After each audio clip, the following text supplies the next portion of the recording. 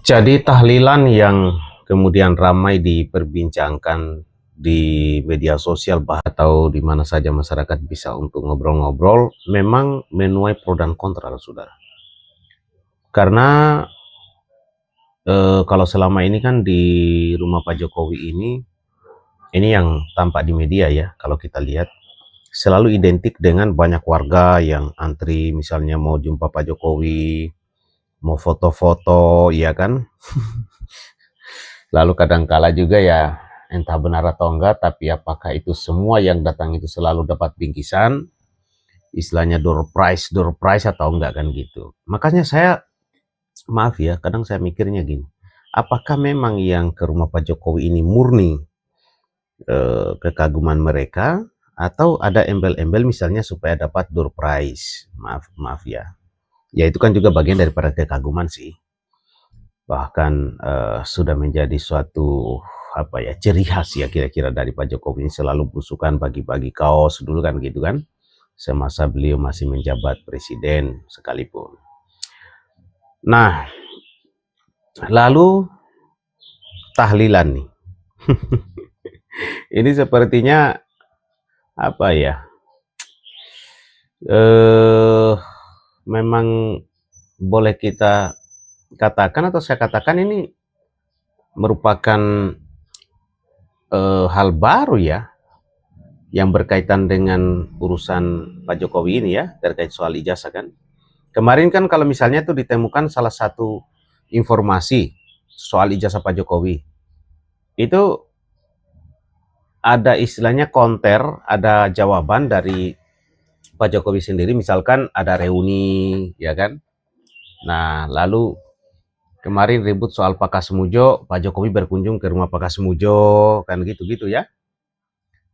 Nah, sekarang setelah Bonatua Silalahi berhasil memperoleh kopian ijazah, lalu di Citizen Lawsuit itu, sidang yang ada di Solo itu mulai muncul ya, mulai muncul istilahnya anak-anak milenial sekarang ya, mulai muncul kesaksian dari kawan-kawan teman-teman KKN Pak Jokowi yang kemudian ada yang menyatakan tidak pernah melihat Pak Jokowi berkacamata dalam aktivitas KKN, tapi nggak tahu kalau lagi baca buku.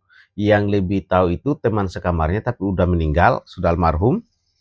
Banyak kemudian hal-hal yang diperbincangkan publik, artinya dianggap janggal, ditambah lagi muncul informasi ya dari seseorang yang bertemu dengan ketua KKN di desa di mana Pak Jokowi dan tahunnya juga sama KKN, dan mengaku bahwa yang nama Maharindra itu sebagai ketua KKN-nya itu tidak ada nama Jokowi. Nah, di persidangan tadi kan muncul tuh ternyata Pak Jokowi ini dipanggil Jack. Di untuk keakraban itu dipanggil Jack. Nah, akumulasi dari itu semua, loh kok tiba-tiba muncul tahlilan gitu loh. Muncul tahlilan. Nah, tahlilan bagi saya ya, saya nggak tahu kalau Anda semua yang lebih paham. Tapi kalau bagi saya itu di daerah saya ya, saya memahami tahlilan itu bagi orang yang meninggal dunia loh, yang sudah meninggal. Tapi ya silakan Anda komentar yang lebih paham, mana tahu ada tahlilan walaupun misalnya seseorang itu belum meninggal dunia. Kan saya mengakui diri belum terlalu paham soal itu. Nah, kalau saya melihat misalnya ada catatan-catatan yang saya coba baca-baca ini, karena saya bukan orang Solo ya, bukan dari Solo. Nah, di lingkungan seperti Surakarta ini atau Solo, tradisi tahlilan memang sangat umum dilakukan di rumah warga saat ada peristiwa kematian. Itu catatannya ya. Itu sama dengan di daerah saya. Namun jika dilakukan di depan rumah ya, tokoh publik seperti Pak Joko Widodo, Pak Jokowi, kan maknanya bisa bergeser ya. Tidak lagi sekedar ritual keagamaan, itu di luar kita bicara tadi tahlilan itu untuk apa. Tapi tidak lagi, jangan sampai tidak lagi sekedar ritual keagamaan, tetapi bisa menjadi simbol ekspresi sosial atau politik. Itu yang kemudian menjadi perbincangan saat ini kan. Dalam budaya Jawa, doa bersama di ruang publik itu bisa bermakna ungkapan solidaritas, bentuk keprihatinan, simbol sindiran sosial, atau ekspresi kritik secara halus. Nah, budaya Jawa ini cenderung tidak konfrontatif secara langsung. Maka bentuk seperti tahlilan bisa menjadi bahasa simbolik untuk menyampaikan pesan tertentu tanpa demonstrasi keras. Bisa juga dimaknai begitu ya.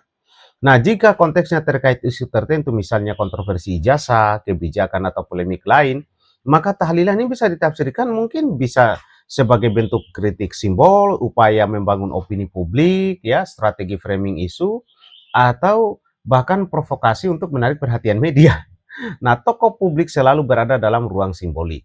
Jadi, setiap tindakan itu di sekitar kediamannya bisa dimaknai politis. Ya, namanya tokoh publik. Nah, lalu apakah ada dampaknya ini? Nah, beberapa kemungkinan dampaknya itu secara positif bisa ada ruang ekspresi yang relatif damai, tidak anarkis menggunakan pendekatan budaya. Itu dampak positifnya ya, beberapa kemungkinan.